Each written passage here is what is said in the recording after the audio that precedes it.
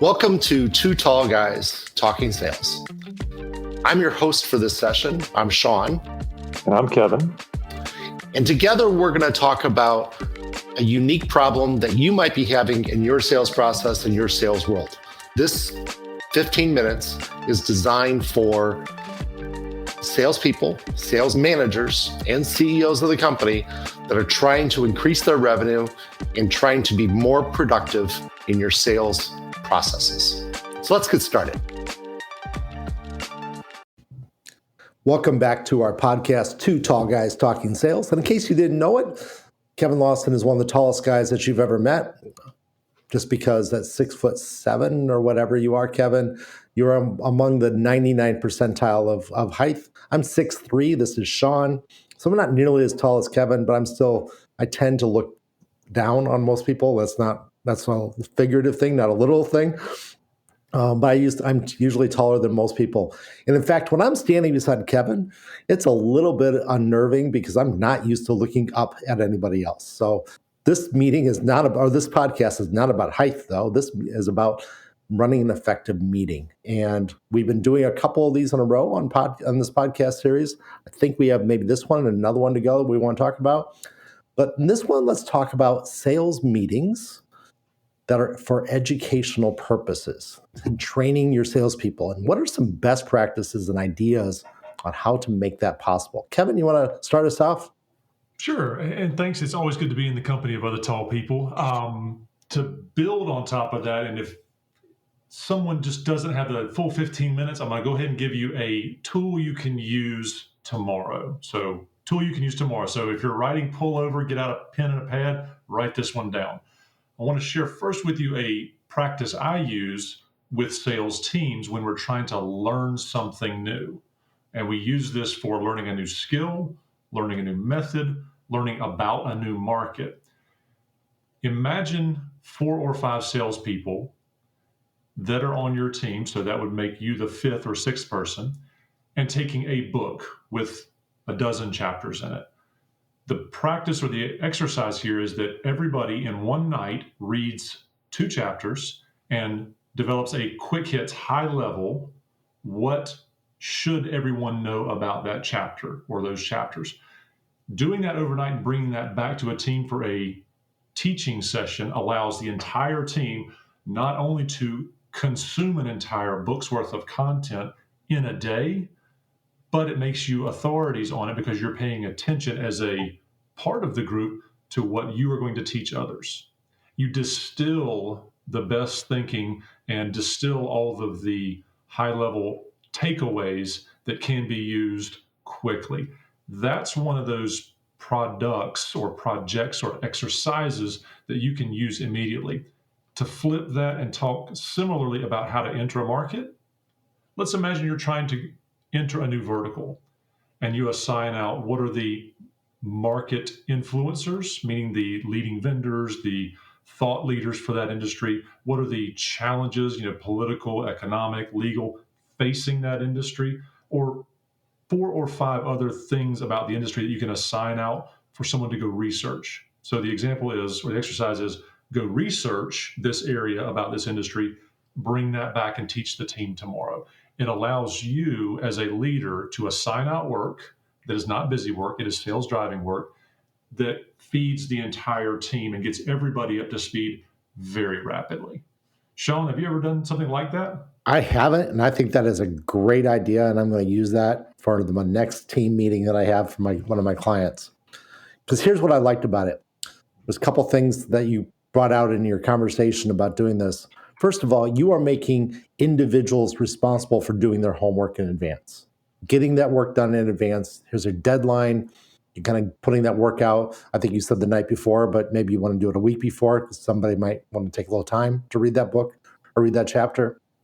But anyway, so you've told them, do your homework, be prepared, and come to the meeting prepared to learn. Come to the meeting ready to listen to your fellow peers that are going to explain their chapter to you. That's a great thing as well, because now you are opening up their mind and you're preparing them on how does my chapter relate to that chapter as that other person is explaining their issues and their examples. great examples there. You can probably use that example for just about everything. You talked about breaking into a market, but you could be a video series on sales that you might want to do, which is just like a book, but now it's on video. You could do it on that kind of a concept as well. You could be researching your competitors. Okay, you take how big they are. You take how many salespeople they have. You figure this part out. You figure that part out. You can break that load up, assign it to all your team, make them do a little bit of research, come back and be prepared. And what's really cool about that, and I'm big on elevating my sales team, my individuals in the sales team that do a really good job, you can now reward them. You know who put the work in. And if somebody mailed it in and didn't finish the book, barely skimmed it, that's going to be obvious to everybody. They're not going to get the accolade. I wouldn't tell them, hey, you screwed that up in the meeting. Maybe I'd do it one-on-one, but I wouldn't do it in the meeting. But I would say, wow, Sally, you really nailed that information. I really enjoyed that. Now, quick question for you, though, Kevin. Before you've assigned out that work to everybody, do you read the entire book yourself to make sure that it's got good content all the way through? Absolutely, absolutely. Because what I don't want to do is put content in front of everybody and have everybody teach bad content. If you're looking for a book, this may be something that sales manager is looking for the next quarterly meeting. There's a book I recommend by Rob Bernstein called Value as a Service. That's a good book. And the format I've used with that book in the past is everybody reads the introduction, chapter 1, and everybody reads the conclusion. And I think there's 8 chapters in it. And then I assign those out. So everybody has beginning and ending and then one meat chapter. That way you only have to teach the meat chapters in the middle. The other approach to this, and Sean, you and I will get into this a little bit more. We've got a 2023 State of Sales coming up. But one thing that we see universally across business, whether it's small, medium, or large, is a lack of a competitive analysis done. When you're thinking about your markets, for all of our listeners out there, when was the last time you did a competitive analysis? What if you could have a single salesperson go research your largest competitor and have each of your salespeople do a competitor become the authority on competitive analysis?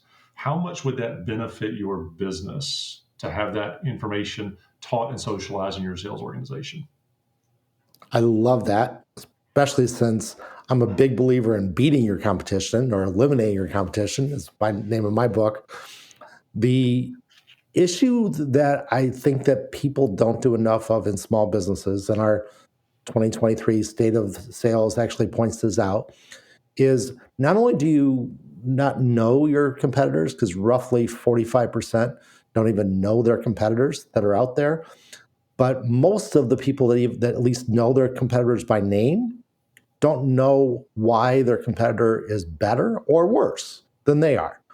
And let's be honest, sometimes the competitor is better than you are.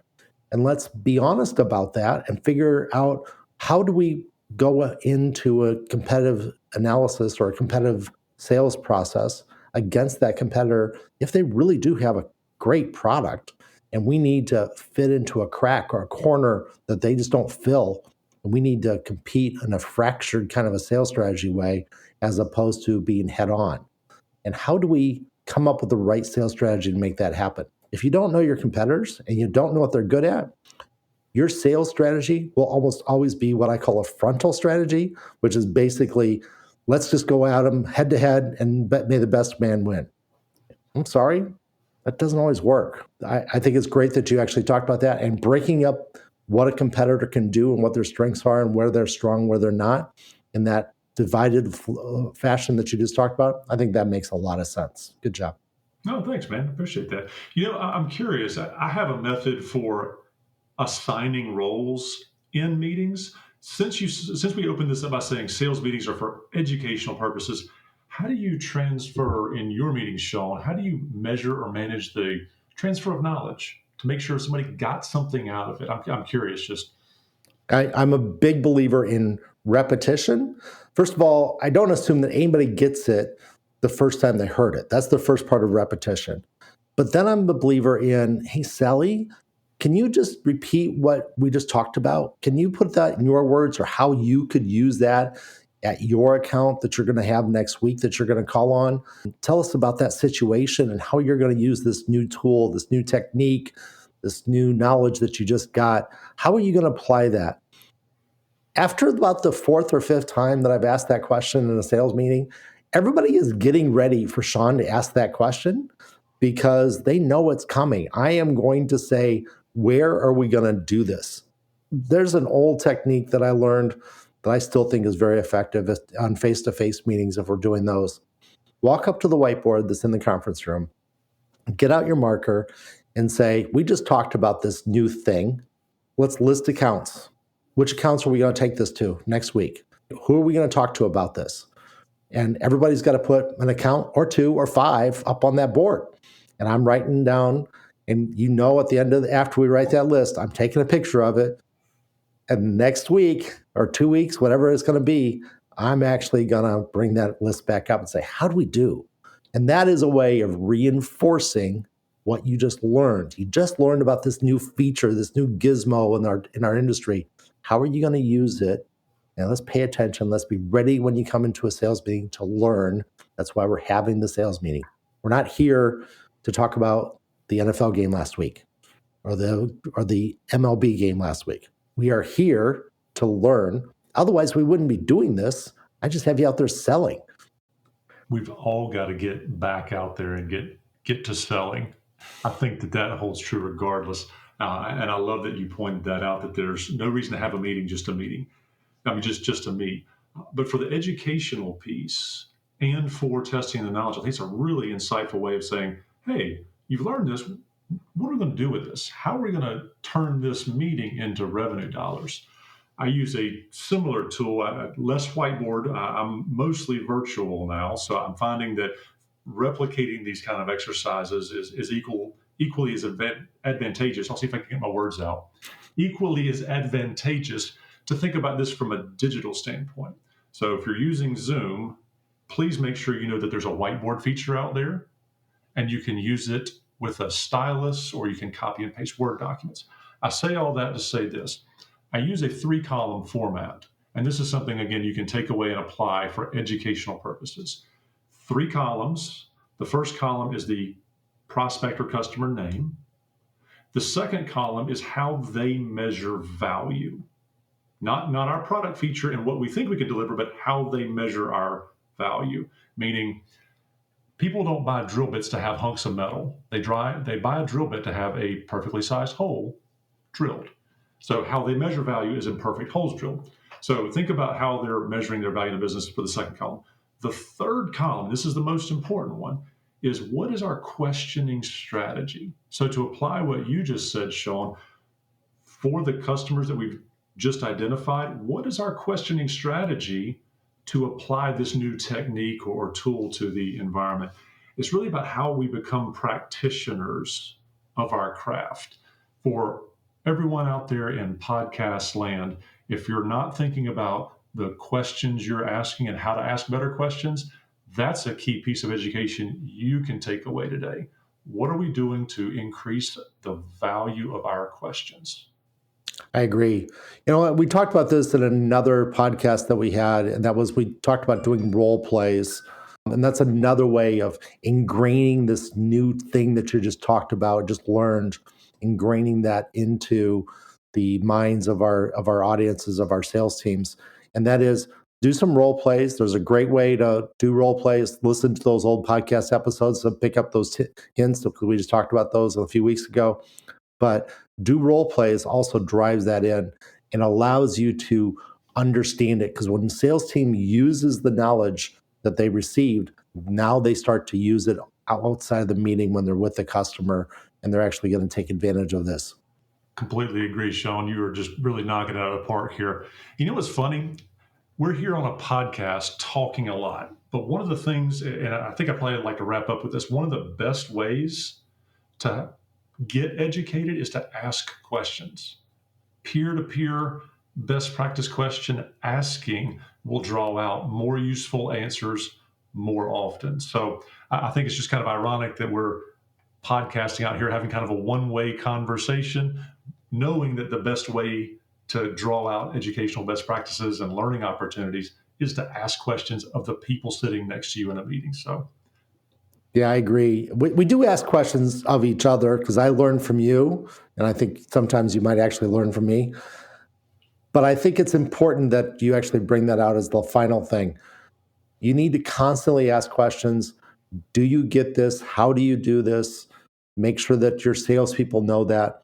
My last thing that I would like to lead to you is just like when you were selling, when you're a sales leader and you probably were a salesperson at one time, you got information, you made your customers smarter about whatever you were trying to sell them, but you did it by asking them questions, by digging into the relevancy in their lives, the relevancy in their businesses and of what you were selling. You need to do the same thing with your sales team. In fact, I think one of the things, and maybe this will be a future podcast episode because we're up against our time. One of the things that I like to say to sales leaders that are new, think of your sales team as your customers and sell them on this new way that you're going to do things. Don't tell them what to do, sell them on how to be successful. And that's a wrap. Thanks again for joining Kevin and Sean on Two Tall Guys Talking Sales. Tune in every Tuesday, or when our podcast drops every Tuesday at 4:30, wherever you consume your podcast. And don't miss our monthly CEO workshop where we unpack some of the big CEO questions facing your business. Until next time, we're looking forward to seeing you. Happy selling.